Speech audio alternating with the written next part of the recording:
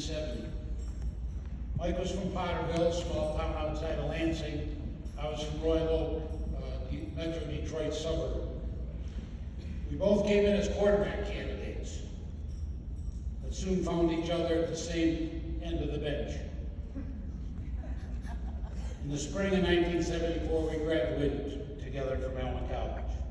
During the last 48 years, Mike has become a dynamic and successful businessman and philanthropist. His professional intensity and winning approach to business hides a kind persona, a creative genius, a quick wit, and an enthusiastic approach to life and his golf game. Mike has returned to Alma's campus to serve in many capacities and is a generous supporter of many college programs. I must be getting old because this past year I allowed my wife to plant purple flowers in her garden.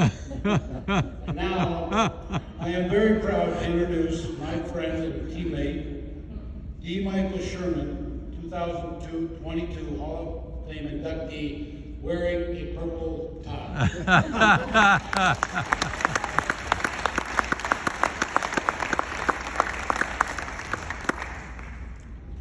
Well, I began by apologizing for the tie, but I hope you will all agree it does go well with my sport coat. Jim, thank you for such a warm introduction. Truly an honor to be presented by a legendary Hall of Fame member. I do, however, want to point out that the only time Jim would ever have been at the end of the bench would have been to say hello to me. He spent his time on the field as an outstanding quarterback and then became one of the most successful Scots coaches in our storied history. As Jim mentioned, I'm from Potterville, Michigan, and thank goodness I wasn't from Royal Oak, because I would have sat on the bench in high school also. I became a fan of Alma College athletics in high school, and followed my high school buddy, Mike Heinze, who is here, with the dream of playing quarterback at Alma College.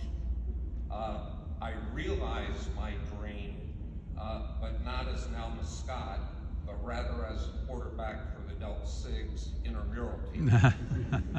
In any event, my love for Alma College athletics has stayed strong over the years. As my business career blossomed, I have been very fortunate to give back, as Jim shared, via the Sherman Strength and Conditioning Center and the cheer facility. My granddaughter, Morgan, was on 2 national championship cheer teams, and I hope she's going to be up here at some time. Thank you, Morgan.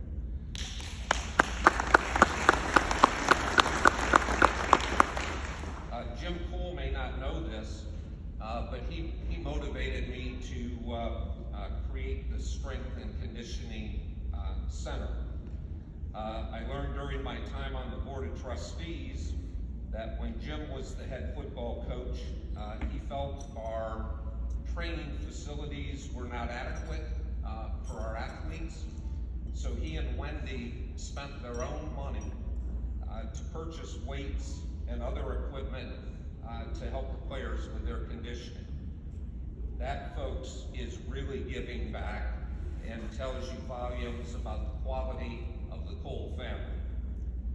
Thank you to the Hall of Fame Committee for this recognition, which is truly special to me. Go Scots.